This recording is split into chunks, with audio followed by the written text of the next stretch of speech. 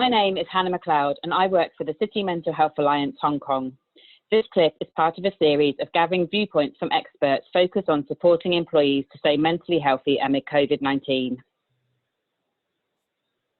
Today we welcome John Shanahan, who is a psychologist specialising in children and adolescents. He is also the director of the Central Health Partners Child Development Team and the Positive Group in Asia. Welcome, John. Thank you so much, Hannah.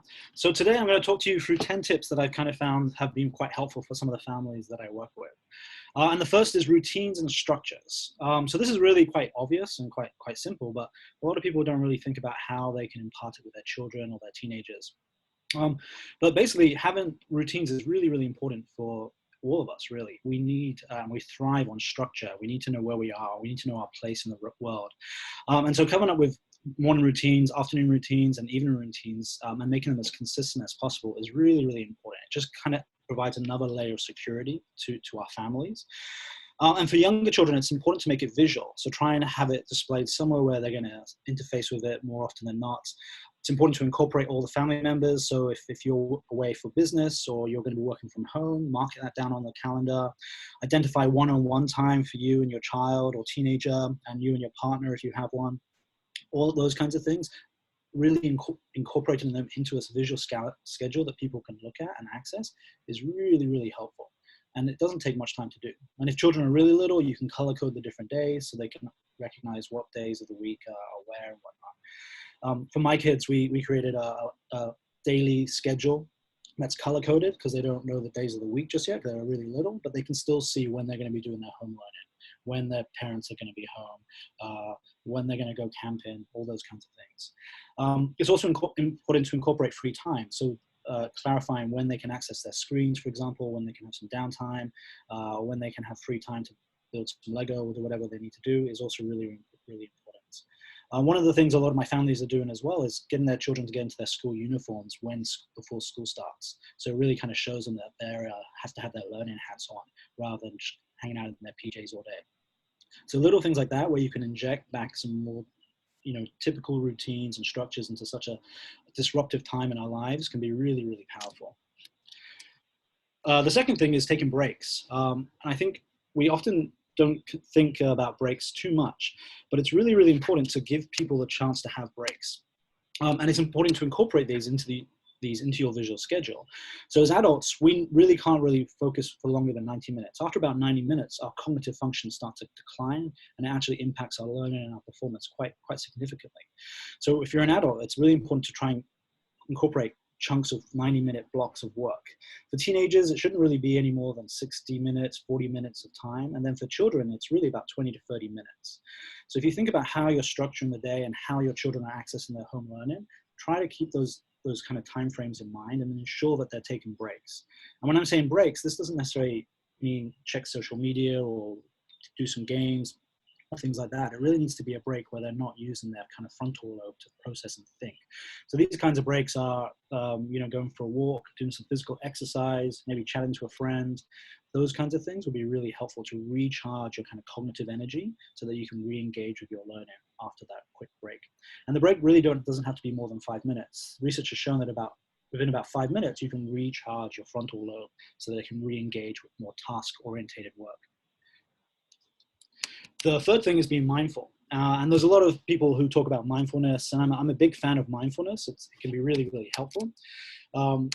But for a lot of people, they find it quite hard to sustain focus or meditate for any period of time. Having said that, the benefits of mindfulness are really, really powerful.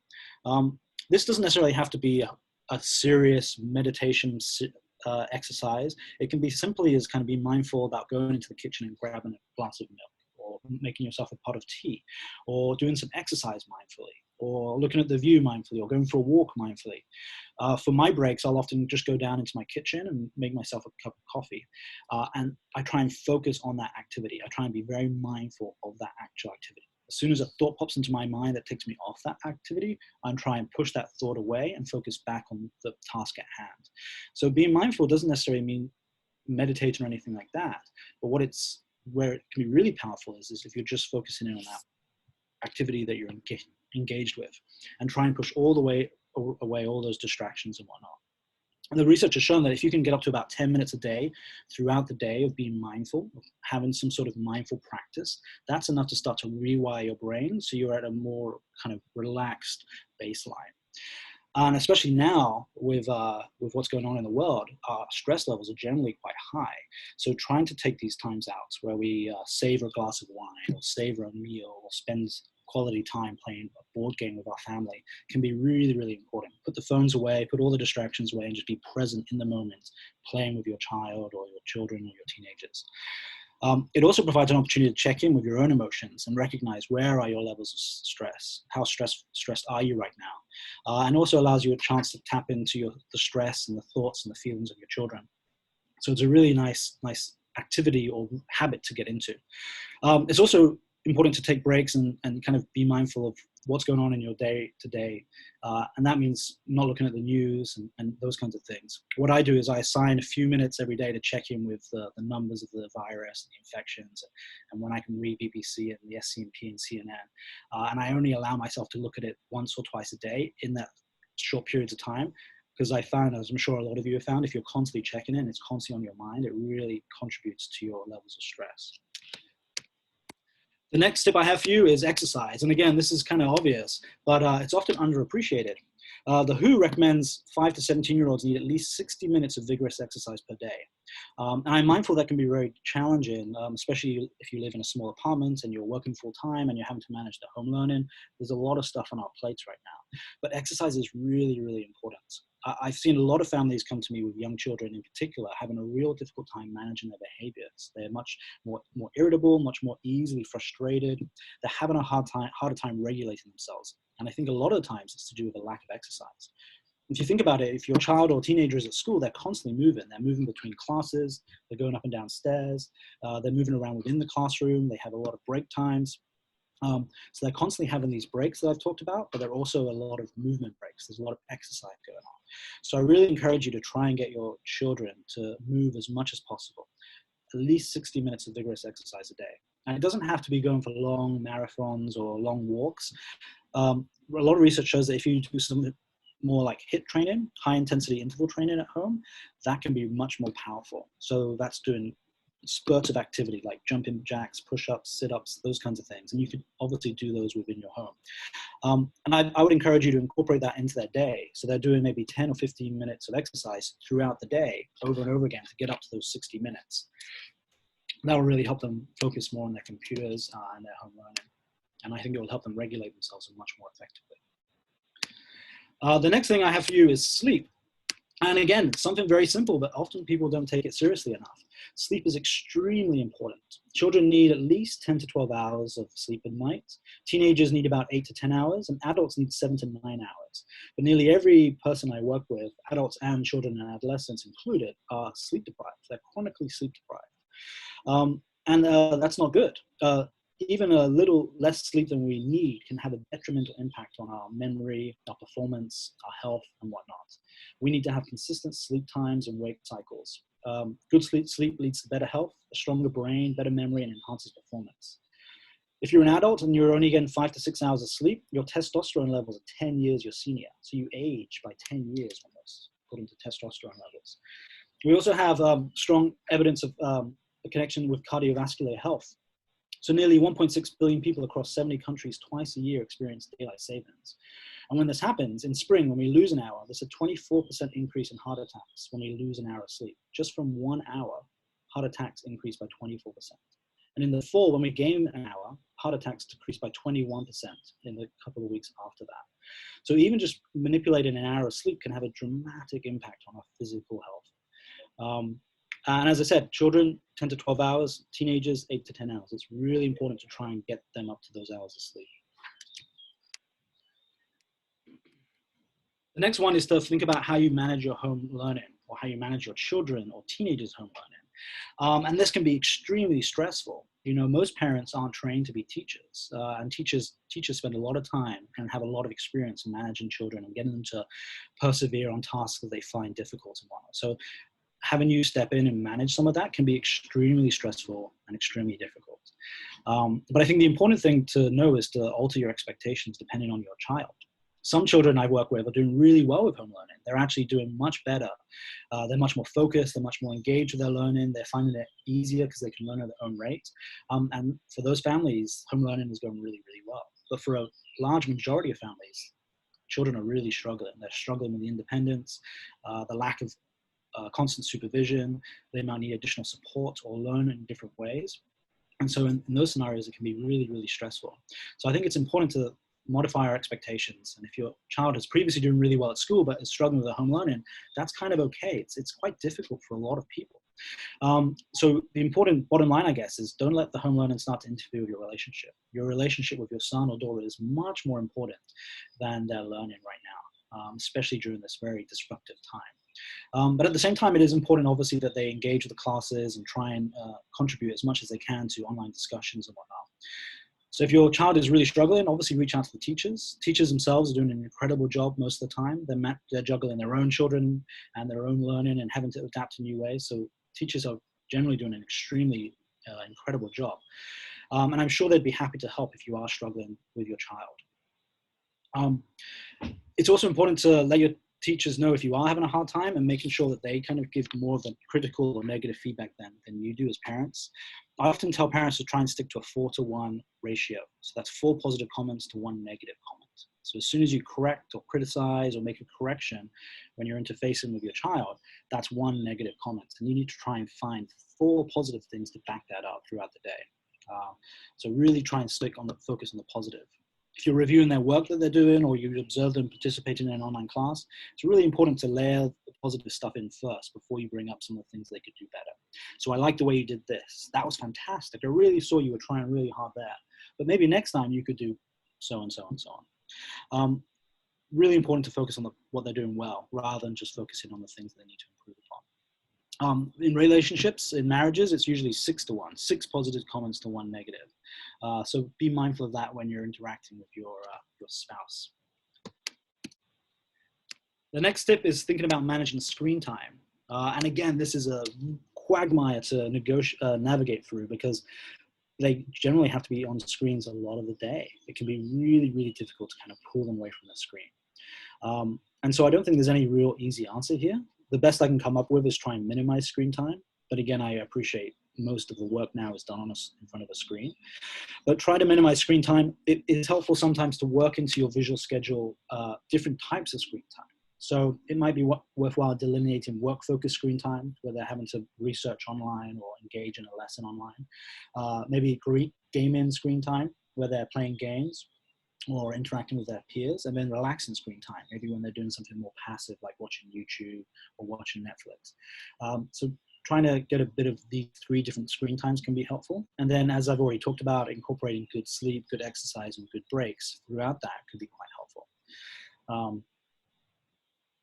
I also think one of the things that I've come across more recently is a lot of children are having a hard time, as I kind of already talked about, regulating themselves. So a lot of teenagers and older children and younger children are becoming more frustrated more quickly.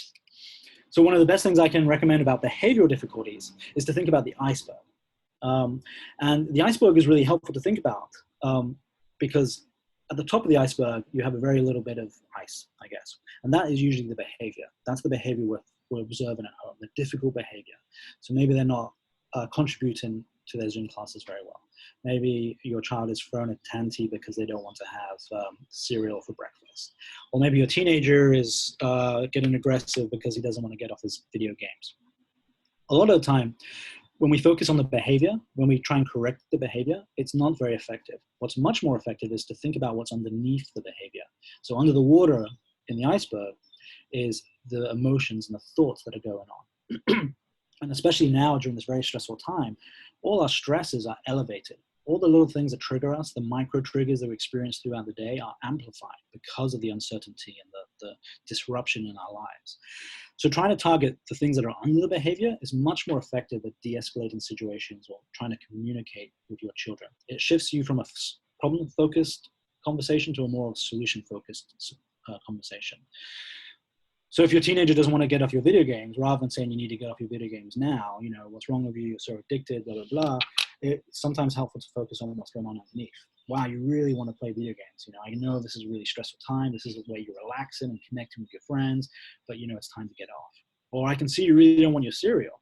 You're really upset because, cereal is the same food, or you're about to go back to school and that's really stressful for you. Trying to reflect, acknowledge, and basically sportscast what is going on for your child or daughter is really, really important. And when I say sportcast, this is more like when you watch a football game, for example, on the TV, the commentator is constantly kind of playing out the different moves and different plays. And often it's helpful to sportscast what you see going on with your son or your daughter. So I can see you through the cereal on the floor. You must be so upset right now. You must be so frustrated with dad right now. And that in itself can be a very effective way to kind of de-escalate situations. It also shows children that you'll kind of understand how they feel. Mom and dad get me. They understand how difficult this is for me. One of the things I try and do when my children are being pretty difficult is I try and reframe how I see their difficult behavior. So it's not my son or daughter being difficult, it's them having a difficult time. And when I think that they're having a difficult time, that completely changes how I respond to them. No longer do I respond by focusing on the problem and maybe being a bit more aggressive or disciplinary focused than I need to be. By thinking that my son or daughter is having a difficult time changes my perception to being like, oh, so how can I solve this? It makes me think in a more solution-focused way, and it makes me start to think about what's going on underneath the iceberg. The next thing I want to talk to you quickly about is expressing gratitude. And gratitude is, again, something that's been bandied around for quite some time, but it's a really simple thing to do, but really, really powerful. One of the things I like to do with my families that I work with is get them to do a gratitude circle in the evening. So everyone sits down and they go around the circle 3 times and express one thing that they're grateful for from the day. And you're not allowed to repeat yourself. So over time, this activity gets harder and harder and harder. And if you have teenagers or children who may not want to engage with this, they can do a gratitude journal where they're just expressing something that they're grateful for. And again, they can maybe write down 3 things they're grateful for from the day. But again, you can't repeat yourself. And what happens is over time, this gets harder and harder. And what it does is it manipulates your attentional bias. Most people's attention is geared up to look for the negative. So throughout the day, you're subconsciously scanning for negative things in your day. And when you're focusing on negative things, that compounds your feelings of negativity. You become more stressed, more anxious, more depressed, if you will. If you know you have to come up with 3 new things to write down in your journal or tell your family that you're grateful for, it manipulates your attentional bias. So your brain over time starts to subconsciously scan for the positive things in your day. So you start to focus on the positive things. And if you're focusing on positive things, then that's going to boost your mood. It's going to boost your self-esteem and your confidence and lower your feelings of sadness and anxiety. And there's some really good research in adults and in teenagers that show that if you do this for at least 14 days, and obviously I'd urge you to do it longer, that has a clinically significant impact on your performance, your grades and your work productivity increase, and your self-esteem, your feelings of anxiety and depression deteriorate or go down, which is really, really powerful. And it will only take a few minutes to do every night.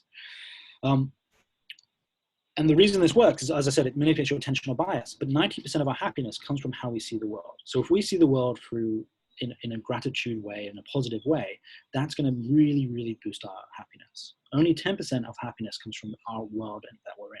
So you can have a good job, you can make a lot of money, you can have a very loving family, but if you're not seeing the world in a positive way, then you're not going to be that happy. And the final thing I want to talk to you about is managing your own emotions. So it's all very well for us to talk about how our children are having tanties or having a hard time regulating. It's also important to step back, be mindful, and reflect on how we're managing our own emotions. Again, a lot of the parents that I've been working with are having a hard time juggling the home learning, their own work, the financial pressures that are coming with the uncertainty of the current situation, working from home, and so on. Again, our stress levels are all raised and all our micro triggers are amplified right now because of what's going on. But it is really, really important to take a break, practice some mindfulness, go do some yoga, take some quality time for yourself and your partner, if you have one, to de-stress, and chill yourself out before you work with your kids. That's really, really important. When we are really stressed, we often spread out that emotional pollution, and our children will feed off that. So it's really important to think about your own emotional state and model how you want your children to regulate their emotions. So if you're getting frustrated or stressed, show them in a positive way how you're dealing with those uncomfortable emotions. They're not bad emotions, they just can be difficult emotions to work with. So there you have 10 surviving home learning tips that I found have been quite effective working with the families that I work with. But I have many more. So I'm sure if you have any more questions or any concerns, you're welcome to email me. And I think the bottom line is, if you are really struggling and things are not going very well from a home learning perspective, reach out to your school, reach out to your classroom teachers, reach out to your school counselors, or reach out to private therapists like myself and many of the other clinics around Hong Kong to get some support before it kind of causes a significant disruption in your family lives. Because unfortunately, it looks like we're going to be dealing with this for a few more weeks at least. Good luck out there. Stay healthy. Thank you very much.